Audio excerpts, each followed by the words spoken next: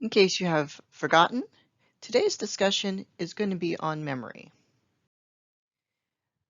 First question I'm going to ask is for you to sit back and think about what is your earliest childhood memory? What age were you?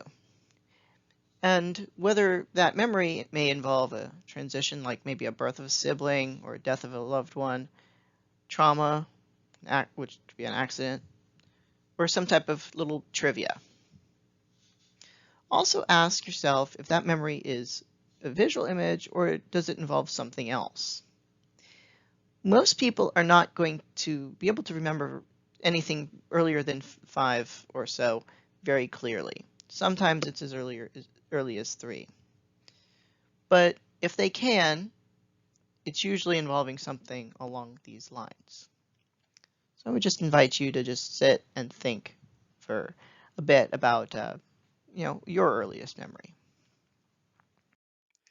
So memory is and can be fairly complex.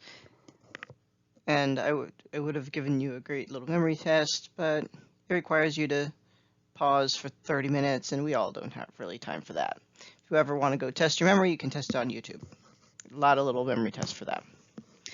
But the thing is with memory is this is proof that we can learn basically a whole lot of information, and store it.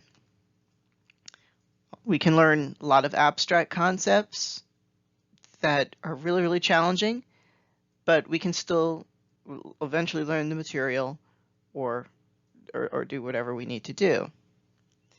For example, something called like a telephone number is really kind of an abstract, an abstract idea. Certainly, our ancestors really wouldn't have had a concept of that, and still we can memorize it. And if anybody's ever wondered why the telephone number is about 7 digits long, at least nowadays, back in the day it used to be it used to be nothing, but you also could just basically get an operator to patch you through. But the phone number is basically, is 7 digits long. Can go up to 10 if you look at area codes. But the reason it is 7 digits long is because that's about what our working memory, which we'll discuss in a few minutes, really can hold. The ideal number is somewhere between like 4 to 10 numbers that it could manage and manipulate. And so 7 falls nicely in that. If you look at your area code, that's 10. We could actually learn even more numbers if we do what's called chunking. Chunking is this idea that we can take this whole bunch of information and break it down, and you're memorizing things in individual chunks. For example, when you state your phone number, you probably do area code, which is one chunk, the exchange, which is another chunk, and then the rest of the number. So basically, you're doing it where the dashes are. That's an example of chunking. It brings something for up to a 10-digit number down to 3 things you have to memorize. It does tend to make things a little bit easier.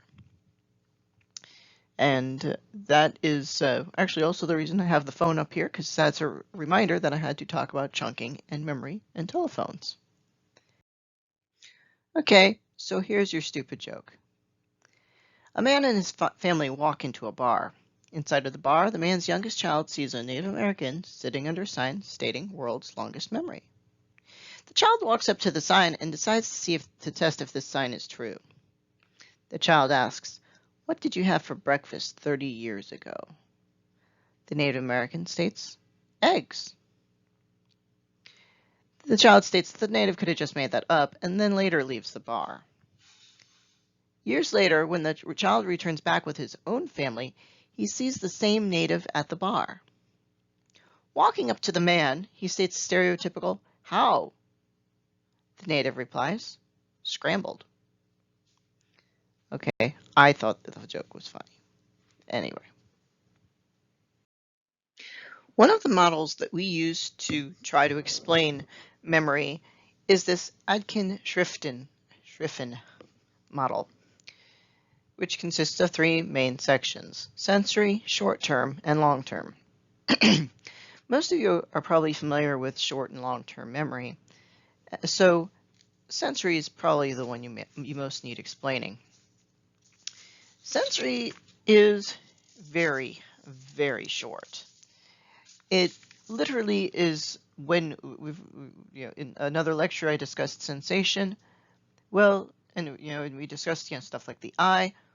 Well, the eye is only keeping the information for a short enough time before it transmits to basically the short-term memory.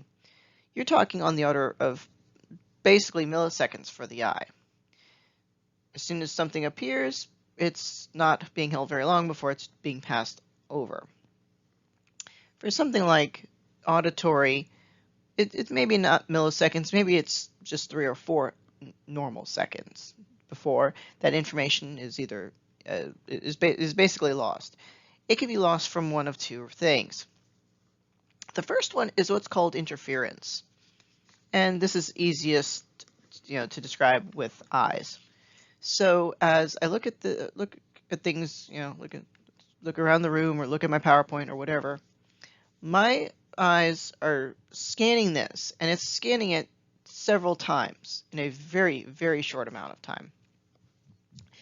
Now, we don't really notice a break just because our brains are really, really good. But as soon as one thing goes through and we're scanning one time, and once we scan something at the next time, a millisecond or two later, that is kind of overriding what we've got. And it's basically interfering with keeping that other stuff in that memory. Hopefully that information's already gone to short term, so it won't matter. But that's this concept of interference. There's also another thing that makes the sensory memory fairly short term. And that's also because of this concept of decay. It's very possible that basically there's just a built-in decay for stuff and has nothing to do with interference. This is probably more likely for stuff like auditory, where we can keep it for a little bit longer, but eventually it fades out of our memory unless we've written it down. Short-term memory, there's a little bit of a discussion on how long is short-term. Some people call it a few seconds to a few minutes. Some people say it's up to 15. Really, when it comes down to it, it really depends on who you're talking to. And long-term is obviously wherever short-term starts. And that can continue, the long-term memory can stay in for several minutes, an hour, a day, week, month, year, potentially lifetime. So that is long-term memory. Now, there are more types of memory. Here are a few additional ones: working, semantic, episodic, procedural, and collective.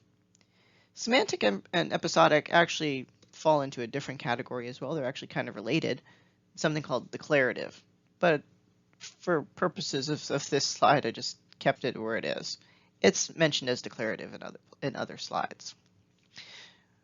The working memory is basically a shorter term memory in the order of a few seconds, few minutes, and everything else does tend to fall into a longer term memory, with the exception of collective, which is certainly a longer term memory, but collective is a little bit more confusing because it's not just an individual, it's a culture or society. When we talk about something like working memory, it is that concept of how to hold information in a memory for a brief time and not only hold it in memory, also be able to manipulate it. So that's what makes it different from short-term memory. Short-term memory, you can remember something for a short term, but as soon as you start manipulating stuff, changing stuff, that's when we're getting into the working memory aspect. So if we're looking at these people playing chess, yeah, you have to have a reasonable understanding of where everything is, but you also have to think about where you're placing, what would be the best place to place your next move. So they're using their working memory. My working memory is not the best, but you're able to survive okay without the sharpest working memory as well. So examples of working memory errors include stuff like forgetting why you just entered a room. That happens to me more often than not, but also you also have to remember I'm getting old. Also, forgetting what you're about to say. I've started to get to the habit of putting notes everywhere. Or even something very, very easy as just sending an email without the attachment that's set in there. You just forgot to add that last little bit. So those are some examples of issues with working memory. Another type of memory is the semantic memory. Like I said, it's part of declarative. And this is basically that storehouse of basically permanent knowledge. Some people say it's all the stuff that you would find in an encyclopedia. Okay, well, there's something to be said for that. So this is where stuff like facts are kept. I'm certain most of you would be able to go out to without going outside. That what color the sky is probably, what color the grass is at least probably. Because the assumption is that the sky is blue. Maybe there will be certain cases where the sky maybe isn't blue, but in an ideal situation, the sky is blue. If you're cloudy out, fine, maybe it's gray. But generally, if I say what color is the sky, most people are going to say blue. Grass, well, it should be green. Stuff like what is your birth date? Okay, fine. Maybe your specific birth date's not found in an encyclopedia, but certainly birth dates are things that are found in an encyclopedia. If you become famous, your birth date will also be in an encyclopedia. Information such as how many states are in the U.S. That's more or less permanent knowledge. And surprisingly, you'd be surprised how many people do not get that answer correct. Another form of declarative memory is this concept of episodic. And it is information, it's stuff like you can remember parts of your own life. Way to remember this is if you see the people in here, this is, I guess, from the 50s or so, based on the outfits, the microscopic television set, which looks like a TV set my dad, repaired once. Feels like they're watching Howdy Doody or something on the back there. All these things in here are indicating that it's definitely an older photograph. But they are watching an episode of whatever that is. But each one of these people is going to potentially remember have this memory. So episodic, think episodic, episodes of your own life, just like watching TV with your family. Procedural memory, that's how you remember to learn skills. Riding a bicycle, playing piano, either one of which I can do. Typing, potentially, can be considered a procedural memory. Most of us learned how to type in a very basic sense. Not everybody did, but certainly a lot of people did. A lot of people learned how to write. So that would be also part of your procedural memory. So collective memory, well, that's a little bit different and a little bit unusual, really, because this is the memory that people in a group share. So your culture shares, maybe your entire family, your any type of citizens, schoolmates, etc. Some examples of which can be the bombing of Pearl Harbor. That's what that photo is supposed to remind me of. If you ask anybody of a certain age where they were when Pearl Harbor was bombed or when they found out, well, they're probably going to have some idea, because that is something that also basically changed the culture. JFK being killed, that's also specifically would be called a flashbulb memory because it's people instantaneously remember where everything is.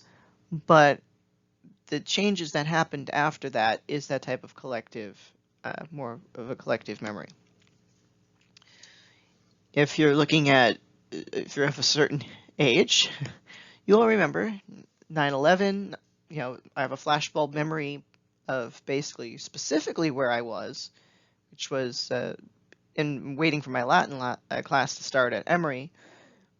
But so that part is a flashbulb memory and certainly partially episodic. However, as a the situation that occurred after that, not only with me but with the rest of the culture, we remember what happened, how, and it's more than just necessarily that individual flashbulb that where we specifically were. And this memory has been passed down for, oh my, basically 20 years at this point. Wow. At the time of this recording, it will be 20 years in September. Wow. I feel old. Anyway, people who are experiencing COVID now, they may have a flashbulb memory of specific aspects, but in whole, we're forming a new memory of this disaster. When and these memories can also be not necessarily culture or society based. It can also be religiously based. If you've ever been with a bunch of Jews for Passover, I don't know how long ago it was that Jews left Egypt, after everything, but it's been several thousand years. Assuming it took place. Now I'm Jewish. I'm gonna have to use that example.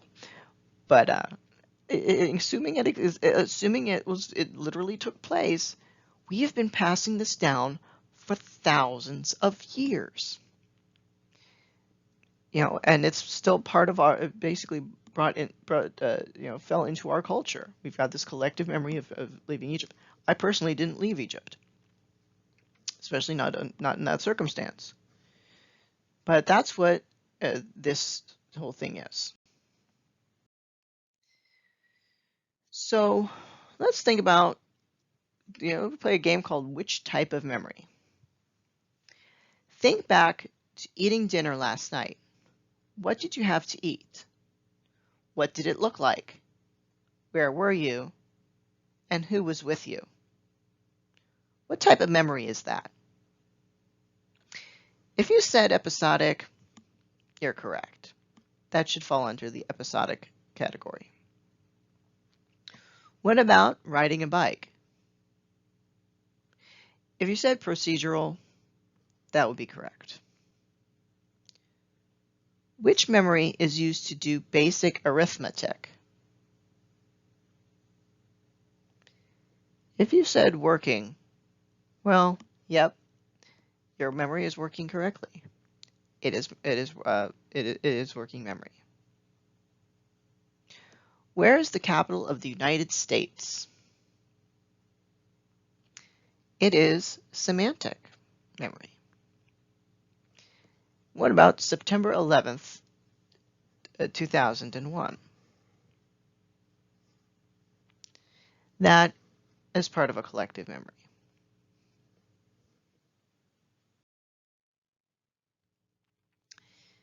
Now, when we're looking at how memory actually forms, well, we have what's called the three-stage memory model, which makes sense because it is 3 stages. However, just so you know, sometimes this is called the 2-stage memory model. Why? I don't know. I think they're just trying to play a prank. But normally it is called the 3-stage memory model. And this includes these 3 categories. The first one, encoding. Second one, storage. And then finally, retrieval. This concept of encoding is how we really first learn the material. You might learn this by maybe reading a book, going to a lecture, building something. Part of that depends exactly on how you learn. Some people do learn a little bit different than others. But regardless, encoding is how it gets from your sensory memory to your short-term memory. Well, maybe less from your sensory to your short-term, but certainly from your short-term to your long-term, so you're able to remember it, recall it later. Now, because the brain is lazy and also sometimes the brain deals with really, really abstract subjects, sometimes the brain needs to recode it, which means it's taking information from one form and converting it to a way that's a little bit easier to remember or to make sense. For example, the whole concept of mnemonic devices. I'm sure those people who are listening have probably been exposed to mathematics, certainly hoping so. And how did you learn the order of operations? I'm sure while you probably did learn the names of everything, in order, that's not how you actually remembered everything. I'm sure people said, okay, well, it's parentheses, exponents, multiplication, division, then addition and subtraction. Yeah, you could do it like that, but the brain is a little lazy and would much rather find another way of learning this material. So usually when people say, okay, so if I say, hey, how'd you learn the order of operations? Most people are not going to give that list. They're going to say, oh, something like, please excuse my dear Aunt Sally, which is way easier for the brain to remember, at least as far as the order goes, because that's something that's a little bit easier to visualize, to play with. It's much easier to visualize. Maybe you really do have an Aunt Sally that's a little bit crazy, and maybe you have to apologize to her or for her periodically. Well, it's much easier to remember that than this other stuff that's in order, which really is kind of abstract. So this concept of mnemonics, well, that's how the brain is a type of recoding. You can find other ways of recoding information. Maybe you need to read something and maybe it just doesn't make sense to you in that way. Maybe you have to draw something out or build something to make it make a little bit more sense. You can even argue that that's also a form of recoding as well. Next up is this whole concept of storage. And I think storage is probably one of the easiest things we can remember and visualize, because all of us have items and all of us put items in places. At least that's what you're supposed to do. People, store their food in the refrigerator or store their books in their book bag. Well, just like that, we have to store things in different parts of our brain. And here's some vocabulary words that help describe this. The first stuff is this concept of memory trace or enneagram. And it is this change in the nervous system that represents our experience. With every time we have any experience at all, something in our nervous system changes. Granted, in this case, it's our brain, but it does affect our brain. So even situations we may not have a great concept of remembering, things have been changed. Now, when we do have this thing where we're trying to remember, one of the things that is that we know that things are just memory traces as opposed to whole memories because of some work that got done. There were people who used to believe that a memory, when you have a memory, it is stored as a whole in your brain. Others said, well, maybe it's not, there's other things going on that seem that might be a conflict. So maybe maybe memories are actually reconstructed. Maybe they're broken down into small sections and each one is stored separately, and then you have to rebuild it. So they did this test. There was an experiment called the War of the Ghosts. It was by Bartlett, and he got a bunch of people came in and had them read this ghost story. It was like 380, 400 words long, and that's what their goal was, to memorize this ghost story. And then he periodically got these people tested to see what they remembered. And he tested them like, whatever, a couple hours out, weeks, months. I think it was like 2 years out at one point, to see how things have changed. Because if things were a perfect replication, they should write the same thing. They should all be able to duplicate the thing basically perfectly. Turns out that's not what happened. The stories got changed over time. It got basically little things got changed. It eventually shrunk down from like 400 words to like the average length was like 180 words or something like that. And there were a lot of things that were added, some were subtracted, and this is how it went over time. So this experiment proved that memories actually are reconstructed. There you go, by their very nature. So while you might think that your memory is perfect, well, maybe it's not so much, because quite frankly, it's probably been rebuilt with every little piece being stored, separately. This next concept, that of consolidation, is again we go back to those neural changes that occur over time to basically create this memory trace, or maybe recreate it. And this is how that part goes. When you are recalling this memory, it relates to these associations. So if we're sitting there and we're talking about this ghost story, and okay, so it was two Native American, I can't remember the ghost story, but it was like, say, two Native Americans, they had to do something, and someone said, hey, can you come fight? No, I've got somebody at home. And they eventually go and fight in this war. Somebody comes back, eventually black goop comes out of their mouth and dies. I do know that there was black goop in their mouth. So each one of those things can be stored separately. The concept of black goop, concept of these couple of Native American guys, concept of ghosts. And there were lots of other things. I was never in the study, so I didn't memorize this thing. So, but maybe if I say, hey, if maybe all these little bits are being recorded separate, but are having some loose association. So that if I say, hey, what's the story about the Indian who coughed up the black gunk? So that's two of the memory traces. Maybe you'll say, oh yeah, it was a ghost story. That would pull up that next one. When you learn more about, if you go more into psychology and go into cognitive psychology, you're going to learn a little bit more about that. Part of this is called network association theory, so you'll learn about that, and it'll be probably a little bit clearer. But I did at least give you the very basics. It's basically everything is associated. Just once one thing activates, maybe another thing gets activated too, and eventually you can pull this memory.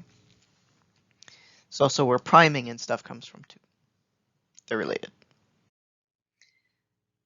Next up is retrieval. It's much more helpful if we have these memories, if we can retrieve them. So what good is learning and storing it if you just can't access it? So we've got these two phrases, available and accessible. So available being all that information that's stored in your memory, while accessible being how we can retrieve it, or what we can retrieve. Now it's entirely possible that you have a class where you spend a crazy amount of time learning the material. And all that material is stored in your brain somewhere. You can recall it you can recall it usually pretty easily. But maybe something happens right before your test that impacts your ability to really concentrate and access that information. Maybe you got some atrocious news. Maybe, God forbid, a relative has passed away, or something along those lines. And maybe that will put a block on your ability to retrieve all of this stuff. Maybe you can only retrieve part of it. And that's something that just stress and anxiety and stuff can bring. I discussed at one point how in another lecture about how anxiety can affect learning. And quite frankly, it not only can affect the actual getting stuff in the first place, it can also affect just getting the information out. Your new anxiety can come in and cause issues. Now, if there's not there are other things that can cause issues with retrieval. It doesn't necessarily have to just be stuff like anxiety. Let's talk about something like dementia. So with dementia, it's not a great thing to have. These people maybe are very bright people, but stuff with Alzheimer's is, first of all, it's certainly hard, probably hard on them. It's certainly hard on the people around them. My grandmother's currently suffering from Alzheimer's, so this actually hits really close to home. So these people with dementia or Alzheimer's, they probably have an awful lot of information in their head. And the thing is that for whatever reason, they're not able to access it. Something to do with those plaques in their brain. It's actually what we found is present with people with Alzheimer's. Something's going on there, and they're not able to retrieve the memory. And sometimes they're going to have a better shot at getting it than others. But sometimes they're just not, not everything's going to be accessible. And it's a really frightening thing to deal with, but that is an important thing to note, that just because memory's in there just doesn't mean it's always accessible. There could be other factors that are preventing it from being accessed. And these are causing failures in in retrieval. There's also this other thing that helps with retrieval called this encoding specificity principle, which is basically how effective a retrieval cue is. Maybe you have something present that reminds you to talk about something else. So the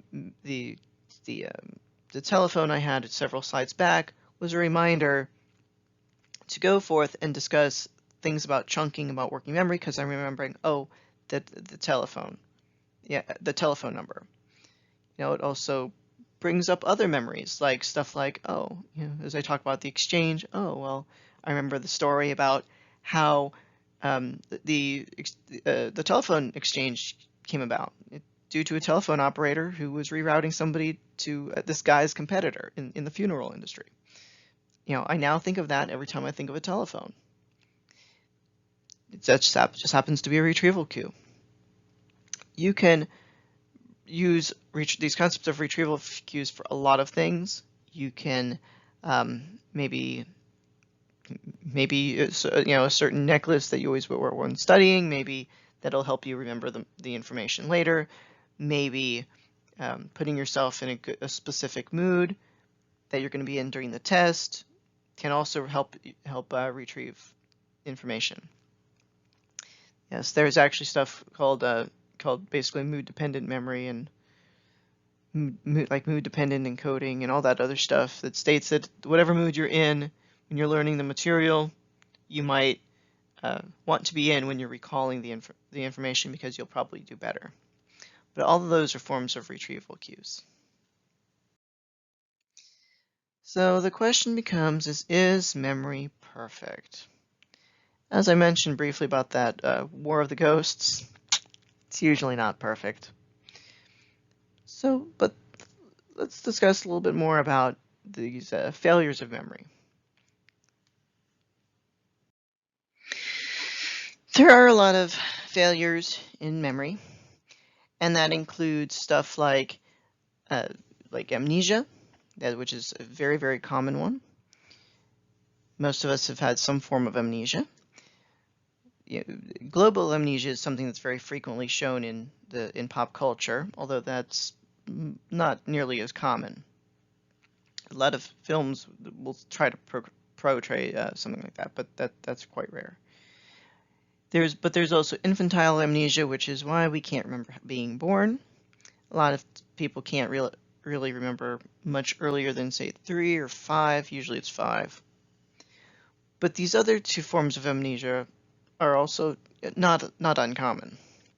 Retrograde amnesia, you can't recall memories that were formed before a certain event, while anterograde amnesia, you can't really form new memories after an event. Now, we can actually medically cause amnesia for a short period of time. If you've ever had certain types of twilight sedation and are very sensitive, some of those things will basically block memory formation for a certain time, like 15-20 minutes or however until the medicine stops and wears off. It basically blocks things from going from your short-term to your long-term memory. It's completely... So I have had that type of experience. I went in and basically had to ask for sedation because I don't like needles. Had to have a root canal, and had to in one case, but I actually had to have twilight sedation, major twilight sedation, very, very, very strong twilight sedation, when I had to have a wisdom tooth removed. They placed a thing, a very simple IV in to put some meds in, and I lost quite a while of time, actually. I woke up in a different room thinking that they hadn't started the operation. So that's that bladder. That's a very temporary form of this anterograde amnesia. There are people that unfortunately have this on a more permanent level, such as there's a gentleman called in the literature called HM, and he had severe epilepsy. I believe he had a bike accident when he was young or something like that. Ended up with epilepsy, horrible seizures, and ended up having to go through a surgery which removed part of his hippocampus, which unfortunately the hippocampus relates to memory development. So he spent a lot of time with a fairly short-term memory. He had no long-term memory, and it was very interesting. Now, he could still be taught how to play the piano. I think that's what they taught him to do, but it turns out that he would never he would say, I don't know how to play the piano. But he could. They taught him that after that accident and after that surgery. And he would express shock until a few minutes later they'd have him do it again. He said, I don't know how to play the piano, and it would continue on. Now, I couldn't find any YouTube videos of HM, but I could find a very similar case, Clive Wearing, where you can see what this is like basically in action.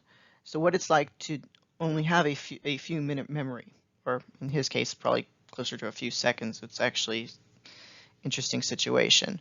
So let me show you that.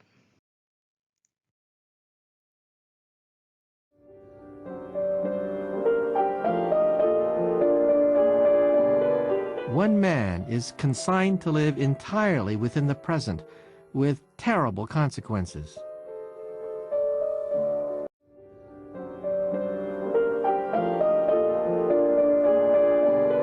One man is consigned to live entirely within the present, with terrible consequences.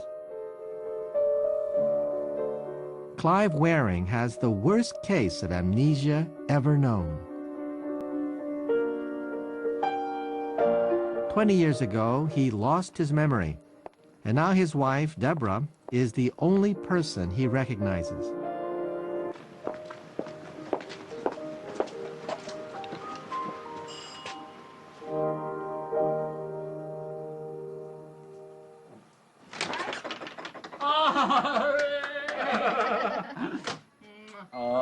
Clive really only has less than 30 seconds memory. and sometimes it's as little as perhaps 7 seconds. It's as little as a sentence. I'm going to see your sister, Adele. Her daughter's got married recently I see. in New Zealand. Ah, And so they're having a party. funny how the ladies acquire different title when they get married. Do you know who I'm going to see tomorrow? Buckingham Palace. No, really guess. I don't know. You don't know? Mm. Adele. Oh, I see. Do you know why I'm going? No. She's having a party at her house tomorrow. It's her birthday, isn't it? No. Yeah. Do you know why? No. It's to do with her daughter. Oh, I see. Do you know Why? why her daughter's having a party? No. Guess. No, I don't. She's just got married. Oh, I see. She just got married in... Do you know what country she just got married in? No, I don't. In New Zealand. Oh, I see. Yeah. The sentence he is in, he will probably have forgotten the sentence before. You ask him a question and he'll give you an answer, but while he's giving you the answer, he's already forgotten the question. That's how short it is. I'm going to see your kids tomorrow. You want to see my kids? Yeah, your children. What are they up to now? Do you know what they're up to No, now? no. Guess what you think they're up to. No idea, I couldn't guess. I don't know what their O-levels were. They hadn't got an O-level last time I was conscious. So I didn't know what possible thing they could do, did I? No. No, I couldn't possibly guess. Where do you think they are? No idea. I don't know where I am. No. All he has Well. is void behind him. It's been like death. I've never seen a human being before, never had a dream or a thought. The brain has been totally inactive, day and night the same. No thoughts at all. As far as I'm concerned, the doctors have been totally incompetent. I've never seen a doctor the whole time. Oh, look, it's come.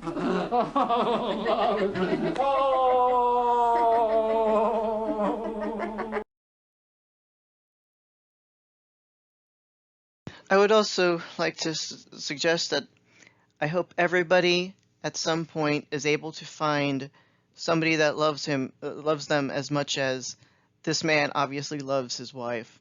Every greeting that he has for her, it's like he hasn't seen her in a month, even if it's only been 2 or 3 minutes. But this is a case of a very, very extreme amnesia. So we also have this whole concept not only of amnesia, but because memory is reconstructive, well, that means it might be easy to change. And that leads to this whole concept of false memory. And I'm just going to state this is actually one of my favorite sections in the in this module, in the subsection here. Now, first of all, let me state I'm 100% convinced that Dr. Elizabeth Loftus at some level is following me, because I keep getting assigned her work, and even if I'm the only person, at one time I had to study her in 4 separate times in less than 3 weeks in different contexts. But she did this very, very famous study where she convinced people that they were lost in the mall at a very young age.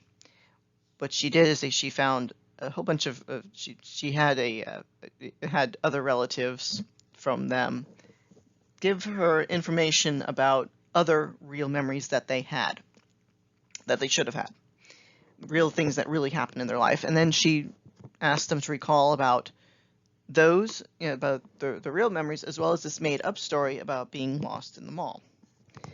And she'd say, "Hey, can you give me information about this?" And all of these things as much as you can remember. And she asked over several, I think it was several weeks, I can't remember, several weeks, several months at this point. That's a loss of my own memory. And over time, a lot of people actually started to remember being lost in the mall, despite the fact none of them had. They had already, Dr. Loftus had already spoken to other people that could confirm they actually were not lost in the mall. By the end of the experiment, a fair amount of people were convinced of it. And then when she said, "Actually, you really weren't lost in the mall," they'd start getting very defensive of, "Yes, I was." Even if their own parents were there, said, "No, you really didn't. That really was part of the study." Because people really got that information in in their head, and they started to build this memory, even though it was completely fake. There are two other sections in there that relate to false memory.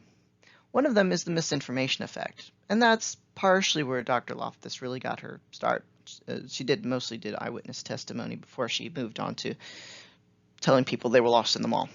And by the way, she had to resign from the APA because of that. It was they have since made up, but people were very concerned about that.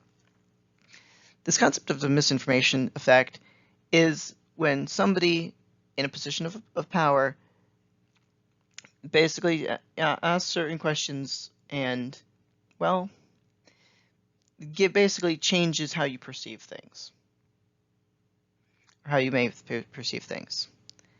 And the Mandela effect is another form of false memory, but it's a collective false memory.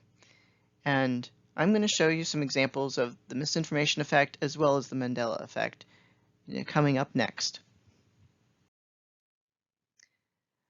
This one is the misinformation effect.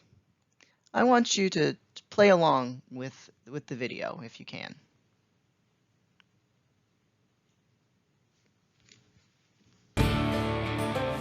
We're on location of a movie set in the 1950s, complete with cameras, bossy director, and on-set police for security. We've also invited a group of spectators to watch the filming. Pay attention along with them as the crew gets the final shot of the movie. Try to remember what you see. Here we go. Final shot, everyone. Action! Keep watching. Everything you see is fair game. Watch out for the car! Cut!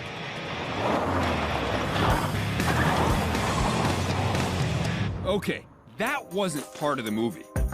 Did you catch what just happened? I know, it was a lot to take in. But we're going to let you in on a little secret.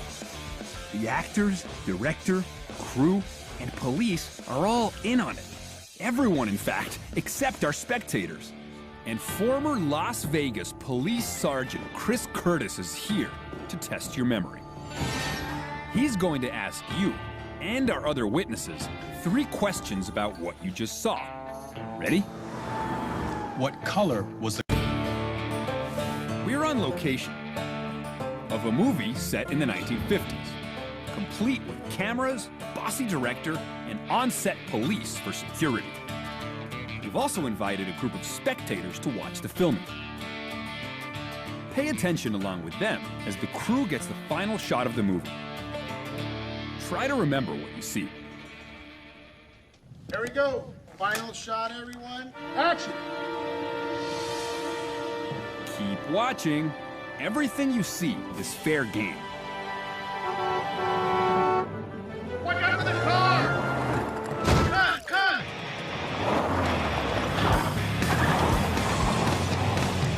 Okay, that wasn't part of the movie. Did you catch what just happened? I know, it was a lot to take in. But we're going to let you in on a little secret.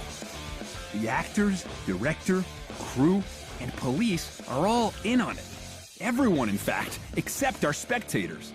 And former Las Vegas Police Sergeant Chris Curtis is here to test your memory. He's going to ask you and our other witnesses 3 questions about what you just saw. Ready? What color was the car that got hit? Think back and try to be accurate. Got your answer? Did you say blue? Good, that's correct. Next question. How fast do you think the car was going when it bumped into the other car? What do you think? Was the red car going 10, 15, 20, 30, or 40 miles an hour? Got your answer? Did you guess around 20 miles an hour? If so, you agree with 80% of people we showed this video to. Before we reveal if you're correct or not, let's see what our spectators have to say. How fast would you say the car was going when it smashed into the other car? I'd say 40. Between 40 and 50. It was going about 30 miles an hour. Definitely 50 miles an hour. These people think the speed was really high. Is that what you thought? Or did you think it was much lower? It turns out the actual speed was 20 miles an hour. Is that what you guessed? So why were our eyewitnesses so much higher? The thing is, only some of our witnesses guessed high. Others were much closer to the real speed. How fast do you think the car was going when it bumped into the other car? Probably about 10, 15 miles per hour. 15 miles per hour. 15 miles an hour? Yeah. Okay, how can this guy think it's 50 Between 40 and 50. and this guy think it's 15? 15 miles per hour. After all, they both saw the same crash. But if you've been paying attention, you'd know it's not the crash that matters, it's the question. Listen carefully to Sergeant Curtis. How fast would you say the car was going when it smashed into the other car? How fast do you think the car was going when it bumped the other car?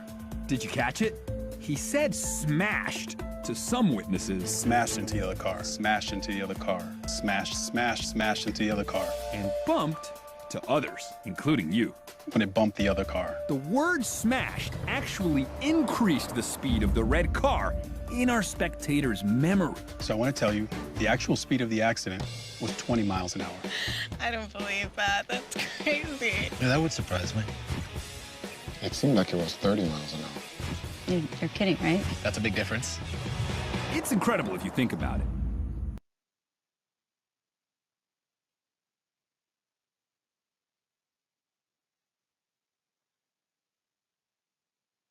And this is the misinformation effect. And this wording about how people are using this to get information to potentially influence your answers is something that we really need to be paying attention to anytime somebody says something like that. This is the fact that word choice is such a big deal as to how people let's just say overly represent certain groups of people in the arrests than say others. The correct, you can very easily influence what the description of the person very easily by saying different words. So maybe it was somebody who was white, but you can probably easily get them to think it was a person of color, Hispanic, or maybe potentially black, just depending on the word choices that get used. That and the fact that there's a difference between stuff like, maybe a different, 10 minutes versus 2 or 3 weeks before you get the report. A lot of things can change in that. I had to be a field investigator for a project that was, by the time I got the report, it was 2 months out, and somebody identified a kite as being something that they said was metallic. The original thing was it was a black kite. They later turned it, after 2 months, it got warped to thinking it was actually a metallic thing. Now I know because I had the original report that was only from a few hours later, but by the time I got around to doing the interview, because that's when things got assigned, that's by the time that interview came up, that's what flagged, because they'd already been changing their memory. So that's just something that was changed there. But other people said, oh well, was it silver? Was it silver? Was it silver? So anytime you are talking to an authority figure, that's asking you a question, you may want to really think about the word choice that they are using and try to not let it affect you. Because otherwise, that there can be a heck of a difference, and you get people in trouble that maybe shouldn't be getting in trouble, all due to word choice issues. Honestly, this one's my favorite. So I want you to enjoy learning about the Mandela effect.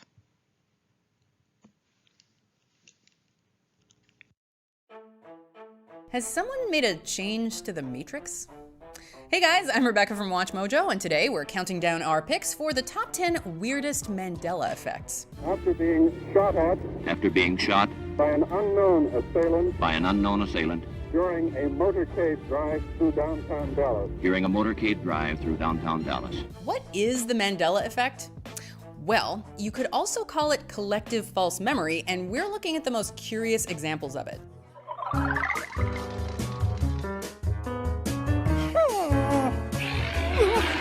Whether these are truly false memories or examples of alternate realities, these strange discrepancies have thrown us all for a loop. All right, we begin by learning how it got the name Mandela effect. Number 10, Nelson Mandela died in prison. Let's start our list off with the memory that gives the Mandela effect its name. South African President Nelson Mandela spent 27 years in prison before being released in 1990. Or was he? A great number of people seem to remember Mandela dying in prison, and reading about this fact in textbooks or seeing it on the news. Even Mandela's actual death in 2013 from a respiratory infection did little to quell the uneasy feeling in people's minds that something about the world or their minds had been altered. As strange as that is, though, it's only the tip of the iceberg. Number 9, Beam Me Up, Scotty, the Star Trek franchise. This line is as synonymous with Star Trek as Live Long and Prosper.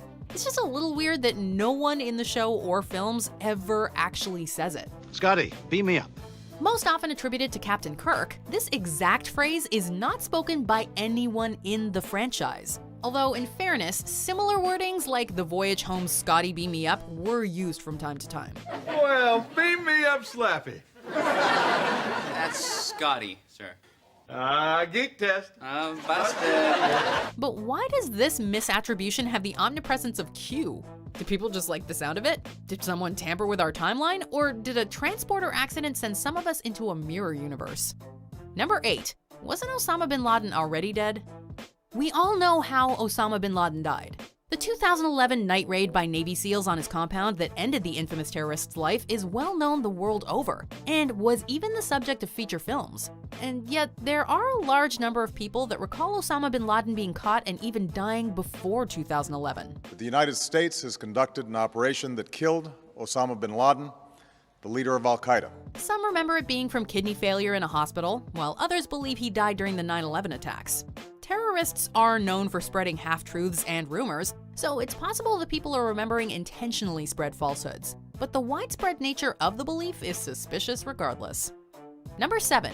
It's a beautiful day in the neighborhood. Your childhood might not look the same after this.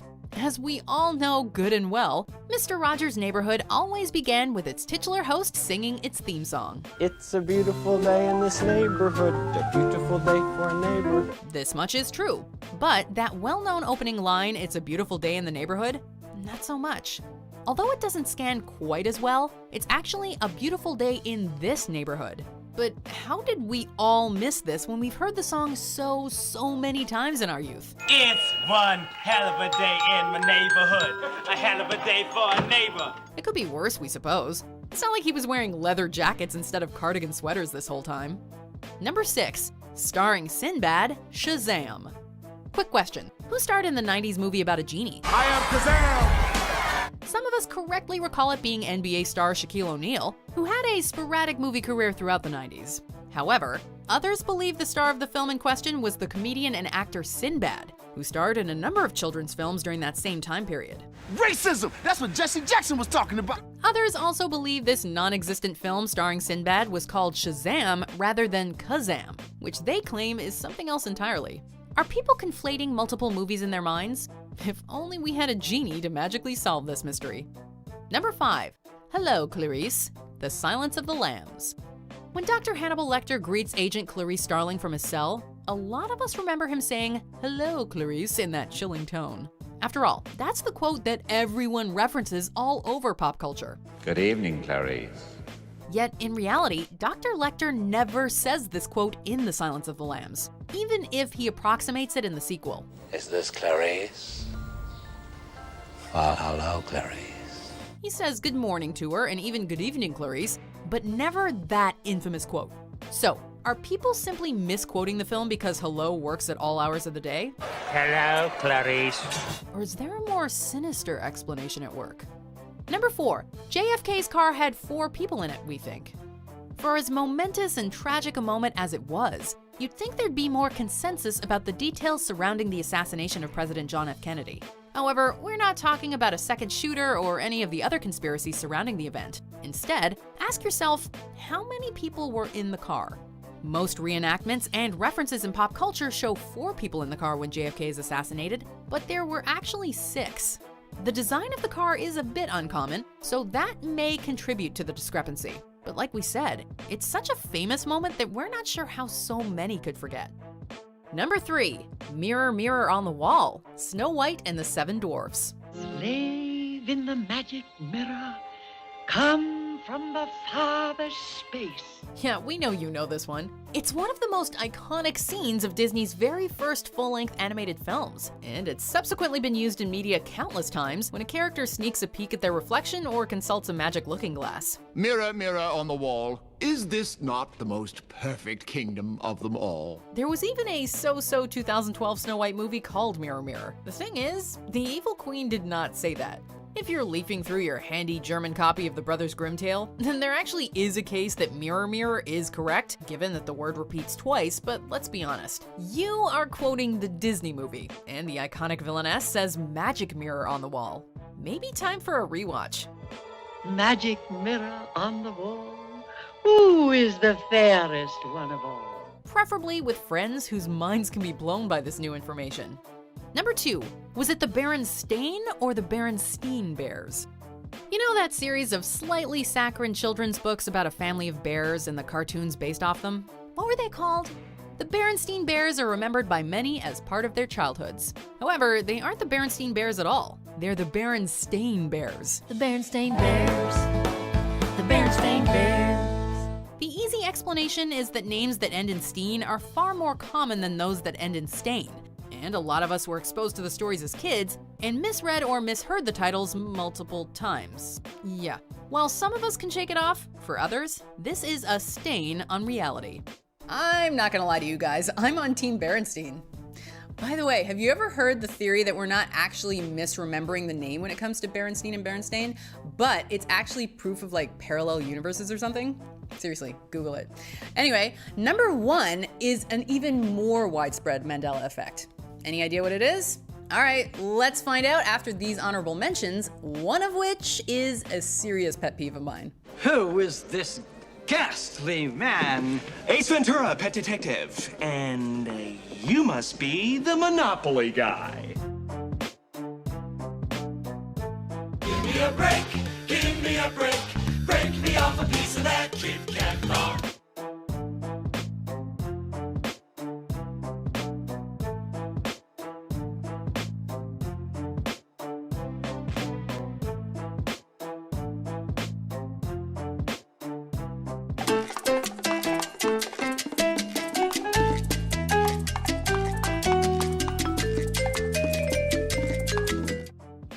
Not quite at the end yet. Almost there though. Just be sure to subscribe to our channel and ring the bell to be notified about our latest videos. Alright, back to business. Number 1, Luke, I am your father. Star Wars Episode 5, The Empire Strikes Back. The immortal line is more mortal than you think. He told me you killed him. No, I am your father. Everyone who's ever heard of Star Wars knows this quote. Yet in the actual film, Darth Vader says to Luke, "No, I am your father." Countless pop culture references and legions of dedicated Star Wars fans still manage to somehow get this quote wrong. You killed my father. No, Buzz. I am your father. So what's the deal? Have we all just misquoted it because Luke provides more context? Or have some of us come to this reality from far, far away? Luke, I am your father. This isn't the only Star Wars example of the Mandela effect either. Just check out C-3PO's leg sometime. You know, I don't recommend using misremembered movie quotes as like a party trick because you will not be popular at that party. You know guys, Darth Vader actually says, "No, I am your father." Super, super popular. Am I Steve Urkel now? I don't know. Anyway, which Mandela effect blew you away the most? Let us know in the comments. Be sure to like and subscribe and check out this other video where I promise I won't do my nerd voice.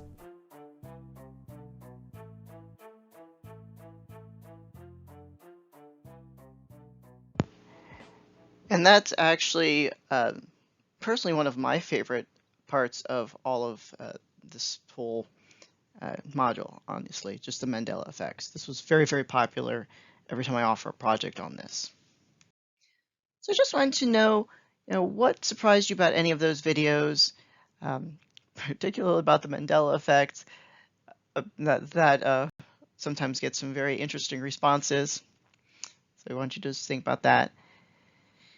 And another type of memory that people also mention are flashbulb memories, like where were you when JFK was shot, because everyone seems to remember that.